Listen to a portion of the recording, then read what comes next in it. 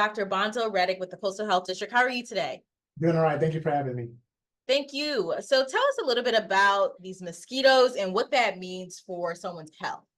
Sure. So first thing I want to clarify was that this is something that does pop up every year. So I don't want anybody to think that this is a new thing or a new pandemic that's popping up that everybody should be panicked about. We had our first positive sample on June 10th on the south side, as you mentioned. But this is something that happens throughout the year. We have a very, very strong mosquito control program here in Chatham County, and they're constantly doing surveillance throughout the year for mosquitoes. So they're checking for things like West Nile virus and other viral infections that mosquitoes tend to transmit and spread. So this kind of thing happens. We get positive mosquitoes every year. They tend to not be as prevalent during the early part of the year, and then they pop up around May, June, July with 1 or 2 positive samples here and there. And then around August tends to be the month where we have the most positive samples. Okay, so describe to me the West Nile virus. What should someone know about that virus? Yeah, so it's a type of virus. I won't nerd out too much on you and tell you all the specifics, but it is a virus that is transmitted by things like mosquitoes. And so you get bit by a mosquito, it gets transmitted to you. And so essentially it's highly variable as far as what kind of symptoms you have.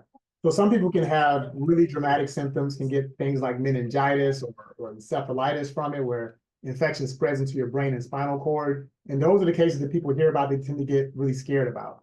But most cases of West Nile virus are pretty mild. People usually just have some mild flu-like symptoms. Some people don't even know they have it. So the majority of people are not going to get very sick from West Nile virus, but because it does have that potential, that's why we do a great job of surveillance in Chatham County to know when it's prevalent and to let people know how to protect themselves.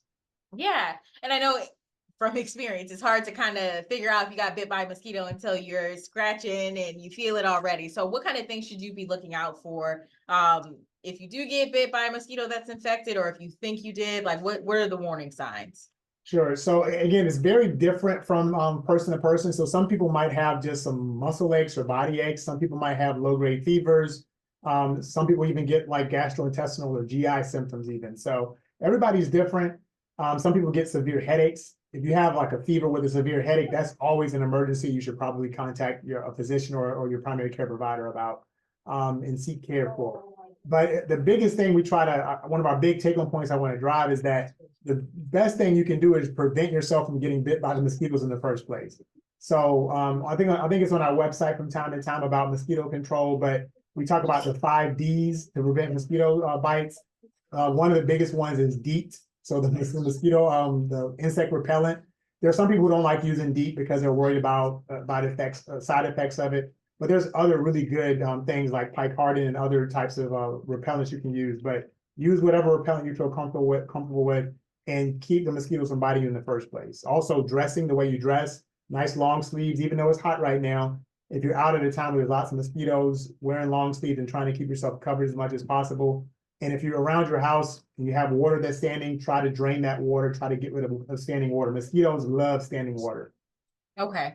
So what are the treatments? You know, you mentioned that everyone could have a different experience with this virus, but what treatment would happen if you do get bit? Sure. So for people that have mild symptoms, there's not a whole lot you have to do necessarily, but even people that have severe cases, there's not a specific treatment or cure for West Nile virus. So a lot of it is what we call supportive care. So for example, let's say you got bit by a mosquito and then you started having a low-grade temperature, fever, and you had a headache. You went to your doctor or your healthcare clinician, and they diagnosed you with West Nile virus. And let's say your symptoms were mild. You just have a nagging headache and some body aches.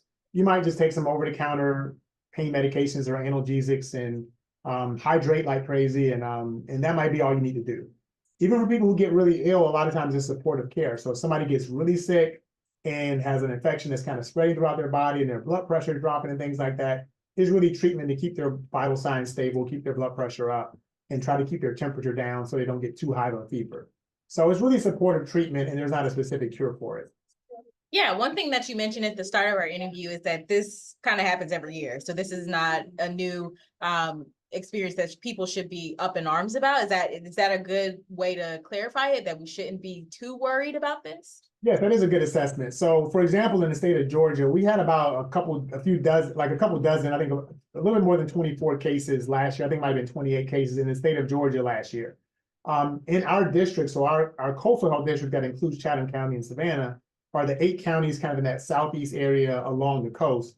And even in that entire area of our state that has about almost 700,000 people in the population, we've had less than 5 cases in the last 5 years. So we're averaging less than 1 case per year in our district. So, and we're along the water, obviously. So even with that, there's not a lot of cases where human beings actually get West Nile virus. Some people who may have it in their body have such mild symptoms, they don't even report and report it. But as far as real cases that make somebody seek care, we only have a handful in the last 5 years. So it's not super common, but again, because of that potential to be a severe form of it, we do keep a close eye on it. But it's not anything that people need to get panicked about right now. Okay, that's good to know. Averaging 1 case a year definitely puts this all in perspective for us. Is there anything else that we should keep in mind when it comes to mosquitoes? I know we should always just avoid trying to get bit by one, but anything else we should keep in mind? Yeah, so every once in a while we have things pop up. There were a few severe cases of West Nile virus a few years ago, and people got really panicked about that. There were some reports in, I believe, Florida and Texas in the past year where there were cases of malaria that made it to the United States, and people are always nervous, and rightfully so, about things like that. But the biggest thing is prevention. Prevention. Don't get bit in the first place. Things like DEET, I know you may hear some things about it, but DEET, especially the percentages sold in over-the-counter products, 25 to 30% DEET is not anything that's going to cause any nerve damage to you or any neurologic problems or anything like that. But again, there's other really good alternatives to DEET as well. So just some kind of reliable repellent that you can use to stop from getting bit in the first place. Don't let water stand around. Try to drain water that's around. Keep yourself covered up. Stay away, if you can, stay from outside during those times where mosquitoes really love, when the sun's coming up and when the sun's going down. So stay away from dusk area and dawn area when mosquitoes are really out. If you do those things and don't get bit in the first place, you don't have to worry about West Nile virus. Exactly. Well, thank you so much, Dr. Reddick. I really appreciate your time today. Thank you very much for having me.